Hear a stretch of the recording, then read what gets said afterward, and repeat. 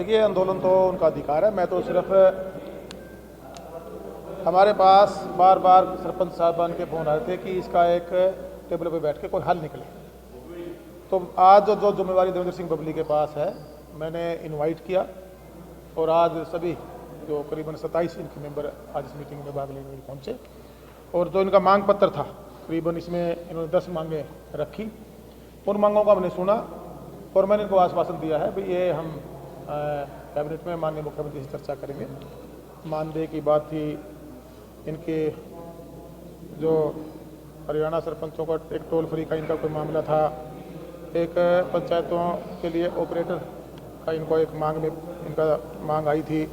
पंचायतें पास जो प्रस्ताव पास करे भाई, उसमें कह रहे थे कि विधायक का नौ विधायक भी जनप्रतिनिधि है हल्के का, तो वो अपनी मांग वो भी कर सकते हैं हल्के के डेवलपमेंट के लिए। वो आप अपनी मांग करें, अपनी मांग कर सकते हैं। और एक इनका जो ये मानदेय था इनकी, उसके पंचों के सरपंचों की उनकी उसके लिए थी। तो ये सारी इनकी जो मांग पत्र था उसको हमने ले लिया है और इसमें अभी सरकार के साथ इस पर चर्चा करके इसमें जो इनकी 9 मांगे हैं, वैसे तो टोटल 2 मांग पत्र आए थे मेरे पास, एक में 14 मांग थी, एक में 9 मांग थी, तो उनमें से मिला के 19 मांगे टोटल में। तो उनको सुना है, इनसे फीडबैक लिया है और अनुरोध किया है कि जो ये सरकार ने प्रदेश हित का फैसला लिया है, गांव का विकास को आगे बढ़ाने में आप सरकार का सहयोग करें।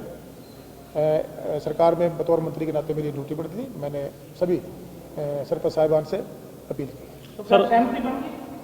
देखिए, सहमति के लिए ये कह रहे थे कि हमारा आंदोलन है, तो आंदोलन इनका राइट है, लेकिन सरकार टेबल पर बैठकर उनमें जो मांग है उनको हम बेहतर तरीके से, जो इनकी कुछ मांगे ऐसी हैं जो मानी जा सकती हैं, उनको कैसे बनाएं। इसमें ई-टेंडर का और राइट टू रिकॉल का भी मुद्दा था। हाँ बिल्कुल है, बिल्कुल। देखिएगा, वो इन्होंने अपनी मांग पत्र में दिया है। सरकार ने जो ई टेंडरिंग प्रणाली अडॉप्ट की, आपको मैं पहले भी आपके चैनल के माध्यम से पूरे हरियाणा प्रदेश की जनता को भी मैं कहना चाहूँगा, इसमें पारदर्शिता भी आएगी, टाइम बाउंडेशन भी आएगी और जो काम में गुणवत्ता में कह सकता हूँ वो हमारा एक प्रयास है, सरकार का प्रयास है, उसको उसकी तरफ हम बढ़ रहे हैं।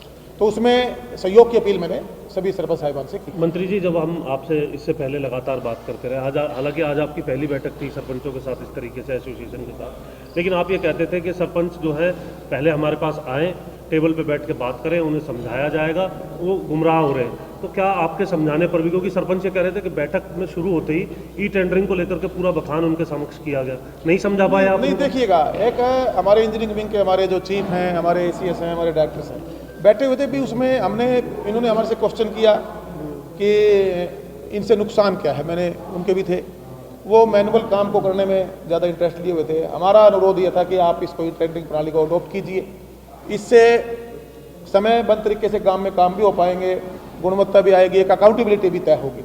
जो बार बार इधर उधर की जो शिकायतें रोज आती थी, उनसे भी हमारी जो सरपंच है, मैं मानता हूँ कि इस टेंडरिंग प्रणाली से बचने का काम करेगी। क्या सरकार वापसी की सोच सकती है टेंडर पर? कोई गुंजाइश है? देखिएगा, ये सरकार का फैसला है, ये सरकार का फैसला है, सरकार ने लिया है और इस पे जो मांग पत्र आया है मैं माननीय मुख्यमंत्री के सामने रखने का काम करूंगा और उसमें जो सरकार फैसला लेगी वो इम्प्लीमेंट होगा।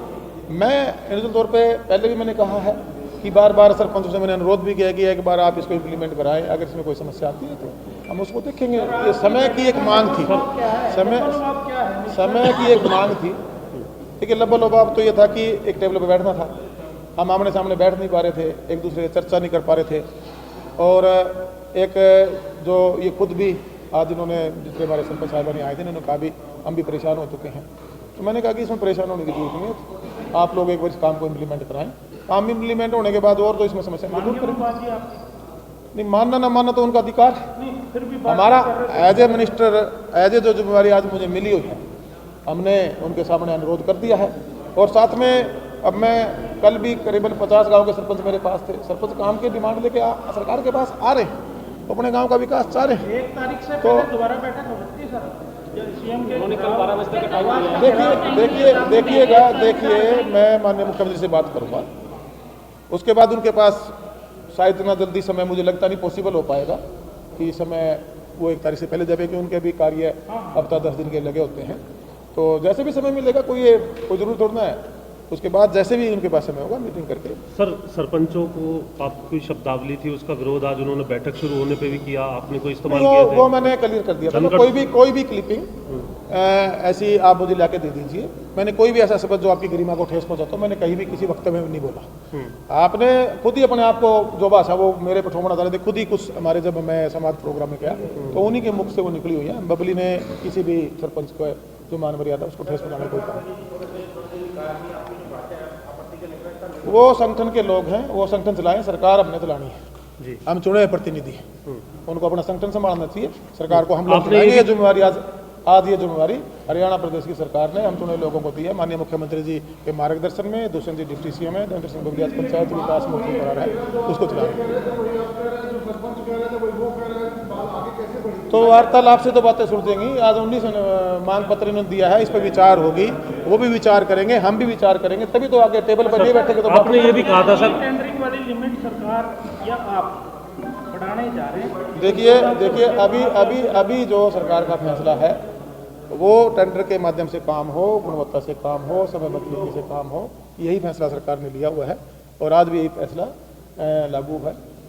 ये जो मांग पत्र है माननीय मुख्यमंत्री सामने रखा जाएगा, कैबिनेट बैठेगी और उसमें हम काम करेंगे। आप गठबंधन की सरकार में हैं, दोनों संगठनों के जो अध्यक्ष हैं, प्रमुख हैं, उन्होंने टिप्पणी की है, क्या किसी तरह से उन्होंने आपको पर्सनली भी कहा है कि आप इसमें यू टर्न लो या थोड़ा जो है विवाद है? नहीं, देखिए वो अपना सुझाव दे सकते हैं, वो सुझाव दे सकते हैं, उनके सुझाव सरकार सोचेगी, विचार कर सकती है। आपको सुझाव दिए, अभी तक सुझाव दिए, अभी तक नारे तो लगते ही होते हैं खिलाफ में, नारे लगने भी चाहिए उससे। आपने ये भी कहा था कि अगर सरपंच काम नहीं करेंगे तो पंचों को पावर दे देंगे। आप तो इंतजार भी पंचायती राज एक्ट में संवैधानिक राइट है, तो मैंने जो भी चीजें बोली थी वो अपने संविधान को लेकर बाहर से नारेबाजी की आवाज आ रही है, तो फिर वो तो उनका हक, उनसे भी रोकोगे, उनको करने दो नारे। चलो जी, धन्यवाद। वो हमारा प्रोग्राम में कोई एजिटीज कोई बदलाव नहीं, हम 1 तारीख को यहाँ सीएम हाउस का घेराव करेंगे। मांगे जो मेन बिंदु थे, जो पंचायतों में जो मेन बिंदु जो हमारी मांग निरंतर हम लोग मांग रहे हैं, वही मांगे हमने मंत्री जी के सामने रखी।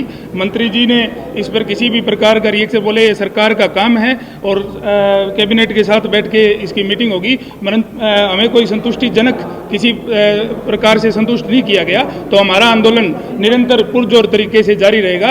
1 तारीख को और पुरजोर तरीके से सीएम हाउस का घेराव करने का काम करेंगे। जैसे हमारी सरकार कहती है 1 ध्वज 1 निशान 1 संविधान, एक ही बोलूँगा, आप उनकी बात खत्म होगी। जैसे हमारी सरकार कहती है,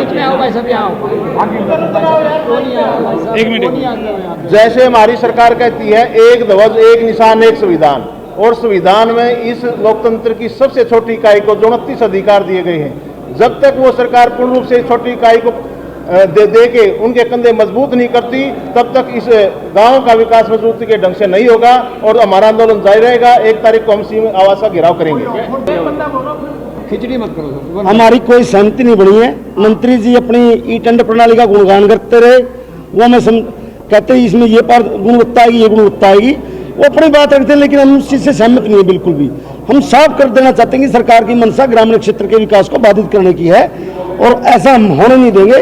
हम अपना आंदोलन जारी है और 1 मार्च का जो हमारा ऐलान है वो हम जारी, 1 मार्च को पंचकुला के सेक्टर 5 के अंदर शालीमार ग्राउंड के अंदर 12 बजे इकट्ठे होंगे और वहां से पैदल सीएम हाउस का घेराव करने के लिए निकलेंगे।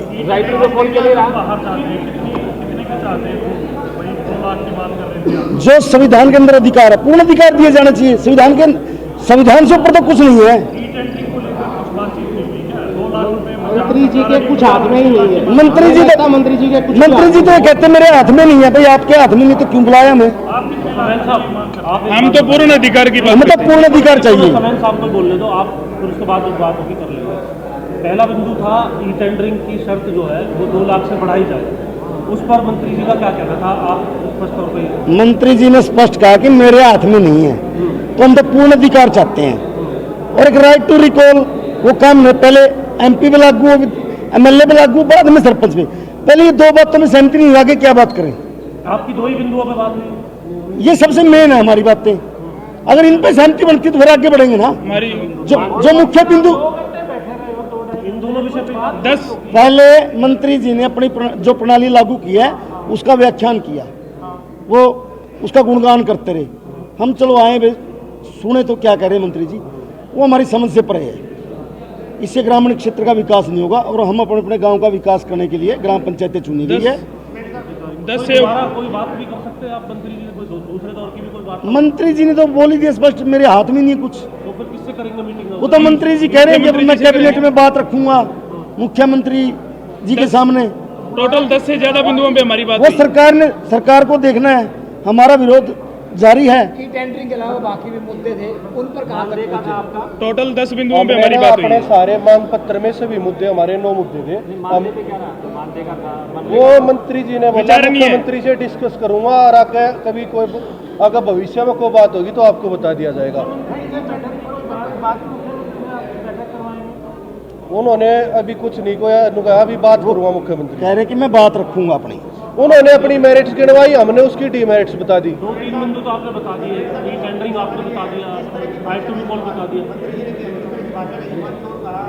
वो सबसे पहले उसी बात से चर्चा शुरू हुई थी।